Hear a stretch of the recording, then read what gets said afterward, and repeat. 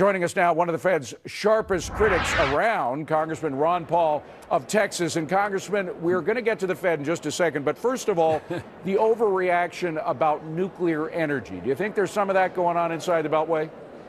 Oh, I think a lot of it is overreaction. I remember when 3 Mile Island occurred, and there was a lot of hysteria, and it turned out, not too many people died at 3 Mile Island. Chernobyl was very, very bad. We still don't know the results here, but I think it's overblown. Just think of, just not that many months ago when we had an oil leak in the Gulf. They don't show you any pictures of any damage anymore. I mean, That was a good excuse to put a moratorium on drilling in deep water. So yes, people take advantage of this. They don't miss an opportunity.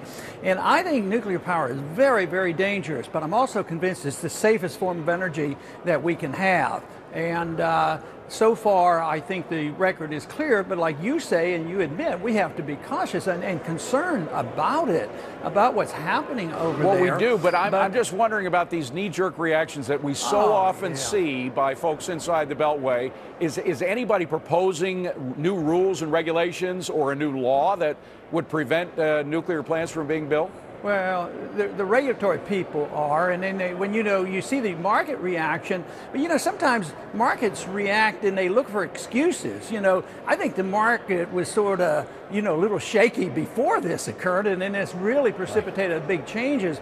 But that doesn't mean that they've caused the nuclear accident caused the whole problem. I mean, maybe the market was overbought or something. But no, the regulators are going to be down here. The environmentalists are going to go nuts.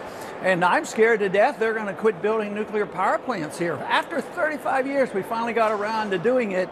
And I imagine that just like they closed down drilling in the Gulf, in deep water, they'll probably close down any more development. And they need to stop and think. And maybe your experts will tell you whether or not there's been more people die in other nuclear, coal mines and gas explosions and all the other things. But it's interesting you said they're going to close down. Do you think that there will be another nuclear energy plant built in the United States in our lifetime?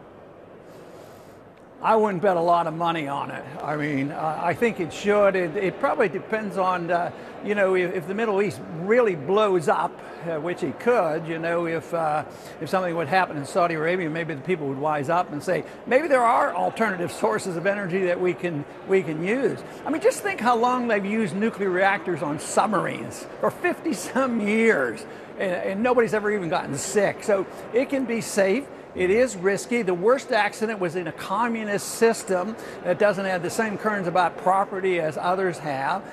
This one's still up in the airs, but my guess is that when the dust settles, it won't be nearly as bad as some of those scare tactics that we've been reading about in the last couple of days. Now, one of the reactions that has already happened, we know that the Japanese government is terribly in debt. Maybe it was going to be sold off, that market was going to be sold off even without what happened with the tsunami.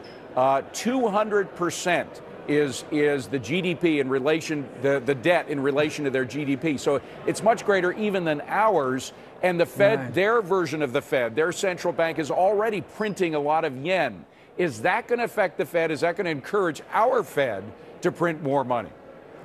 I don't think the Fed needs any encouragement. All you have to do is look at the history of Bernanke, how he has studied and written for 30-some years, and he says the answer to all our problems is printing money. So no matter what, if he thinks the economy is not booming, he's going to print money. So I don't even think he needs the Japanese to give him any encouragement. All he has to see is that and he knows that the recovery is not real. So he's and he hasn't finished with QE2, so he's prepared. He's prepared to do what he knows how to do best, and that's create more money and credit, which is not wealth. It disrupts wealth formation, and someday the country will wake up and realize that printing money does not create wealth in itself. Well, we just today got the latest decision of the Fed. They're going to leave interest rates where they are, and they're going to go ahead with this QE2 thing, which is essentially just printing more money. Right. Does that mean that we are going to have a lot more inflation? Oh, absolutely. Commodity prices, of course, dropped in these corrections. They did that 2 years ago, but long term, all commodity prices are up, food prices are up, and soft commodities are up, oil prices are up, and they're going to continue because the dollar is down in purchasing power. The thing that's hard for people to realize is that they think the dollar is strong because the other currencies are so weak. So not everybody leaves the dollar and goes to yen and to euros, but they are leaving the dollar in the sense they're demanding more dollars for commodities, more for healthcare, more for education, more for food now. And even the Fed has, I think, started to admit they can't get away with claiming there is no inflation anymore because they're meeting with too many people realizing the cost of living and their grocery bills are higher. Well, that's some progress, right? At least they're finally admitting a little bit of inflation, right? Right. Yeah. All right. Well, by the way, final question to you. Are you having any success? You're now chairman of the subcommittee to focus on the Fed. Are you having any influence over what they do? Well, I wouldn't claim any influence. I think they pay a lot of attention. I saw they ordered a bunch of my books and they sent them and spread them out around the Fed. They're all supposed to read them and do their homework. We are going to have some hearings this Thursday on inflation, price inflation. Does the Fed have a responsibility for the price inflation that we're subjected to right now? And that will be the theme of the hearings on Thursday. Well, at least they're buying your books. That helps your book sales. Anyway, man, it'd be on the New York Times bestseller. Good to see you, Congressman. Thanks for being here. Congressman Ron Paul. Appreciate it.